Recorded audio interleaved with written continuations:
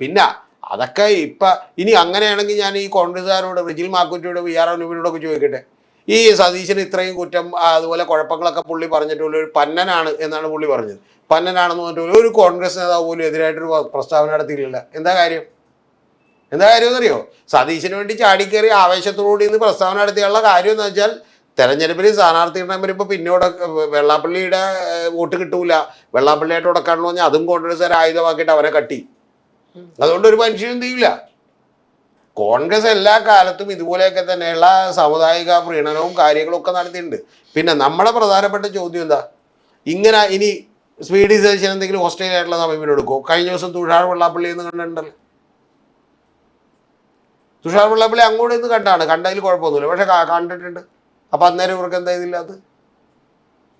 പിന്നെ ഇനി വേറൊരു കാര്യം ഞാൻ ചോദിക്കട്ടെ, ഇതൊക്കെ വിട്ടേക്ക്. ഇതൊക്കെ സത്യം പറഞ്ഞിട്ടുണ്ടെങ്കിൽ ഈ കണ്ടില്ല, തൊട്ടില്ല എന്നൊക്കെ പറഞ്ഞുള്ള പ്രശ്നങ്ങളാണ് കേരളം ചർച്ച ചെയ്യണം. ഇതിനു മുമ്പ് ജി സുധാകരൻ പോയിട്ടുണ്ട്. അപ്പം നമുക്ക് പറയാം അദ്ദേഹം സ്വതന്ത്രനാണെന്ന് പറയാം. അദ്ദേഹം ഷോള് പുതപ്പിച്ചിട്ടാണ് പോകുന്നത്. ഓക്കെ, ഫൈൻ, അതുകൊണ്ട് ഈ കമ്പനീസ് ആക്ട് പ്രകാരം രജിസ്റ്റർ ചെയ്തിട്ടുള്ള ഒരു സംഘടനയാണ് SNDP എന്ന് പറയും. അതിൻ്റെ ഇപ്പം തെരഞ്ഞെടുപ്പ് കിടക്കുന്നത് എന്താണെന്ന് വെച്ചിട്ടുണ്ടെങ്കിൽ 200 പേർക്ക് പ്രതിനിധിയായിട്ട് ഒരാളെ തെരഞ്ഞെടുക്കുകയാണ്. കാരണം എന്ന് വെച്ചാൽ 30 ലക്ഷം അംഗങ്ങളുണ്ട്. അപ്പോൾ 30 ലക്ഷം അംഗങ്ങൾ വോട്ട് ചെയ്യാന്ന് പറഞ്ഞാൽ ഏതാണ്ട് കേരളത്തിലെ തെരഞ്ഞെടുപ്പ് എടുത്ത പോലെ ഒരു സിറ്റുവേഷൻ ആയിപ്പോവും. അപ്പോൾ അത് നടപ്പാക്കാൻ പറ്റാത്തത് കൊണ്ടിട്ട് 200 പേർക്ക് ഒരാളായിട്ടാണ് വോട്ട് ചെയ്യണം. അപ്പോൾ അത് പറ്റില്ല, എല്ലാവർക്കും വോട്ടവകാശം കൊടുത്തുകൊണ്ട് വേണം എന്നുള്ള ഒരു നിലപാട് കോടതി എടുത്തിട്ടുണ്ട്. അത് കോടതിയിൽ ചർച്ചയാണ്. സതീശൻ്റെ ഗവൺമെൻറ് എന്ന് പറയുമോ? എൻ്റെ ചോദ്യം അതാണ്. ഗവൺമെൻറ് എന്നിട്ട് പറയുമോ അങ്ങനെ അല്ല, എല്ലാവർക്കും പ്രാതിനിധ്യ വോട്ടവകാശമൊന്നും ആവശ്യമില്ല, എല്ലാവർക്കും വോട്ട് ചെയ്യാനുള്ള സൗകര്യം ഒരുക്കണമെന്ന് പറയുമോ? അതെന്താ?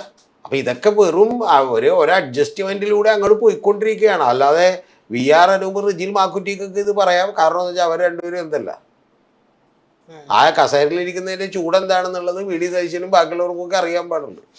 വരുന്നില്ലേ? അപ്പോൾ ബിന്ദു കൃഷ്ണക്കൊക്കെ കാര്യം അറിയാം. അതുകൊണ്ട് ബിന്ദു കൃഷ്ണ എന്നും ഒരു ആശീർവാദം മേടിച്ചു. പിന്നെ ഒരു 80-82 വയസ്സുള്ള ഒരു മനുഷ്യനല്ലേ, ഇപ്പോൾ ആശീർവാദം മേടിക്കാൻ അങ്ങോട്ട് പോട്ടെ എന്ന് വിചാരിച്ചാൽ മതി.